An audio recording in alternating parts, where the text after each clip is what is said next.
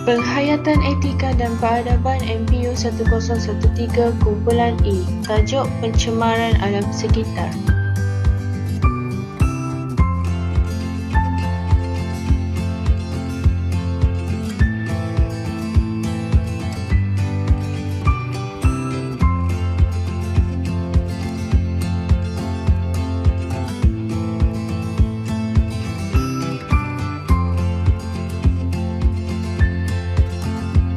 Definisi pencemaran: suatu perbuatan mencemarkan, mengotorkan. Perbuatan mencemarkan kebersihan alam sekeliling dengan sampah sarap. Manakala definisi alam sekitar ialah keadaan sekeliling atau lingkungan. Punca-punca pencemaran alam sekitar: pencemaran air, pencemaran bunyi, pencemaran udara dan pencemaran tanah. Pencemaran air berlaku disebabkan oleh pembuangan sisa toksik, sampah sarap, barang pepejar dan sebagainya ke dalam sungai yang akan mengakibatkan air sungai tersebut bertukar warna menjadi coklat. Manakala tumpahan minyak akan mengakibatkan organisma laut terhapus dan akan mengurangkan habitat laut tersebut. Pencemaran udara disebabkan oleh asap kilat dan asap kenderaan yang akan mengeluarkan gas beracun seperti gas monoksida yang boleh membunuh, manakala pembakaran secara terbuka menyebabkan asap-asap tebal terperangkap di ruang udara. Pencemaran bunyi disebabkan oleh industri perkilangan besi mengeluarkan bunyi bising di kawasan penempatan penduduk. Aktiviti seperti pembinaan rumah, bunyi akan dikeluarkan apabila cerucuk besi ditanam dalam tanah akibat oleh pembinaan tanah yang tinggi. Manakala pembalakan hutan secara haram akan mengganggu ketenteraman orang awam. Pencemaran tanah disebabkan oleh pembuangan sampah tidak terkawal akan menjadi habitat bagi pelbagai mikroorganisma yang terdiri daripada bakteria dan virus.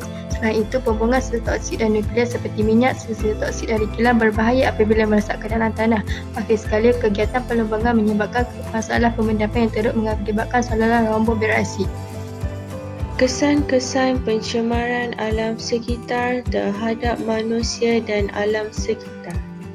Kesan kepada manusia. Manusia akan menghidap pelbagai penyakit seperti sesak nafas, paru-paru tidak jelas apabila menghidup udara tercemar. Manusia memerlukan udara bersih untuk hidup. Jika udara yang dihidup tercemar, sistem pernafasannya akan terancam. Ini akan mengakibatkan proses penekanan karbon dioksida kepada oksigen tidak dapat dilakukan. Oleh itu akan mengakibatkan pelbagai penyakit kepada manusia. Kesan-kesan pencemaran alam sekitar. Jerebu disebabkan oleh asap kenderaan, asap kilang dan pembakaran. Hal ini akan menyekat pemandangan dan menurunkan kadar penglihatan dan muncul pelbagai penyakit seperti batuk atau sesak nafas. Peningkatan suhu disebabkan gas karbon dioksida yang terlalu banyak menyebabkan haba di bumi terperangkap dan akhirnya suhu bumi meningkat. Hujan asid disebabkan air hujan yang turun akan bergabung dengan karbon dioksida dan gas-gas berasid yang terdapat di atmosfera. Asid yang terlalu pekat boleh menyebabkan tumbuhan dan hidupan akan mati dan warna kereta mudah pudar dan berkarat. Bau busuk. Kehadiran lalat, ulat dan bahan-bahan lain menyebabkan sampah ini mengeluarkan bau yang kurang menyenangkan dan mengganggu penduduk di kawasan tersebut.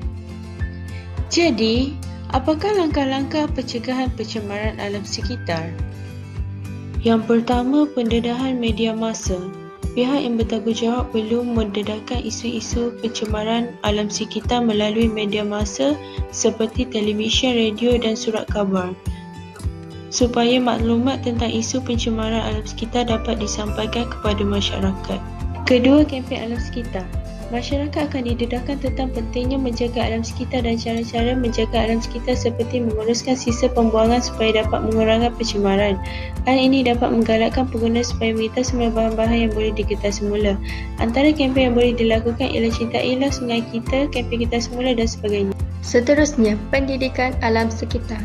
Hal ini dapat membentuk sifat positif dalam diri dan menjadikan seseorang itu lebih memahami perihal alam sekitar. Dengan adanya ilmu pengetahuan yang mendalam tentang pencemaran alam sekitar, seseorang individu akan lebih menghargai alam sekitar yang sedia ada. Kesimpulannya, pencemaran alam sekitar bukan sahaja memudaratkan manusia, malah ia turut memberi kesan kepada seluruh alam semesta. Oleh itu, semua pihak perlu berganding bahu dalam membendung masalah pencemaran alam sekitar daripada terus berleluasa. Sekian, terima kasih.